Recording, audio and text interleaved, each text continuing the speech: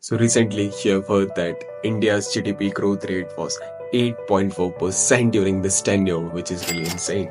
And achieving this number at a time when most of the major economies are facing recession is really impressive.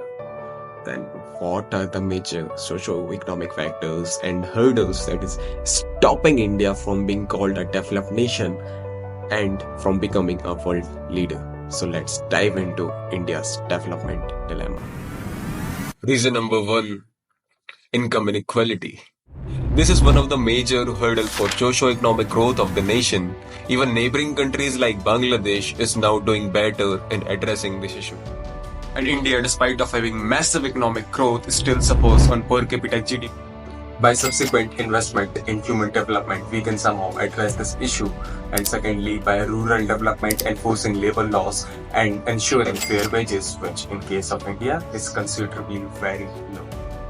Reason number two, lack of skilling and innovation, which ultimately leads to lack of quality employment, poses a significant obstacle to achieving robust economic advancement. And despite of this fact, India's spending on research and development was only 0.66% of GDP, whereas the global average is 2.63%. In addition to this, India ranks 155th globally in education expenditure as percentage of GDP, allocating just 2.9% to this crucial sector. And this results in creating hindrance in productivity and innovation across various sectors of the economy. And low R&D spending combined with a poorly educated workforce could suffocate innovation and technological advancement, limiting India's ability to create new products and services.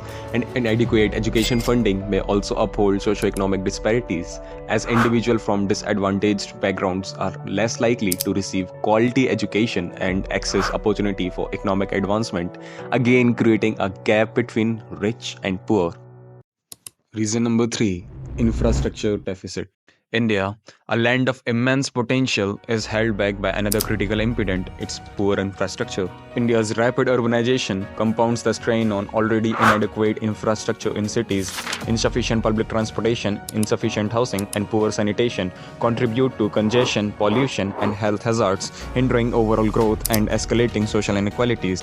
Congested roads, outdated railways, and insufficient ports and commercial buildings, along with a poor machinery, hampers productivity, raises costs for businesses, and limits potential development.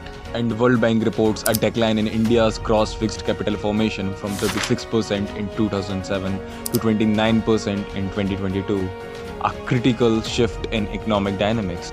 And the key factors driving this decline include regulatory hurdles, insufficient infrastructure investment, policy uncertainty, financing problems, and fall in FDI.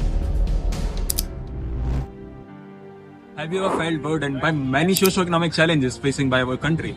Well, it's kinda normal to wonder what an individual like us can do, and here's how each of us can make a difference. Speak up for policies that address inequality, poverty, and environmental degradation, urging lawmakers to take action. Educate ourselves and others about pressing issues, sparking conversation, and mobilizing support to bring a change. Invest in education to acquire skills that create jobs and fuels growth in industries, embrace entrepreneurships, and innovate solutions to local challenges.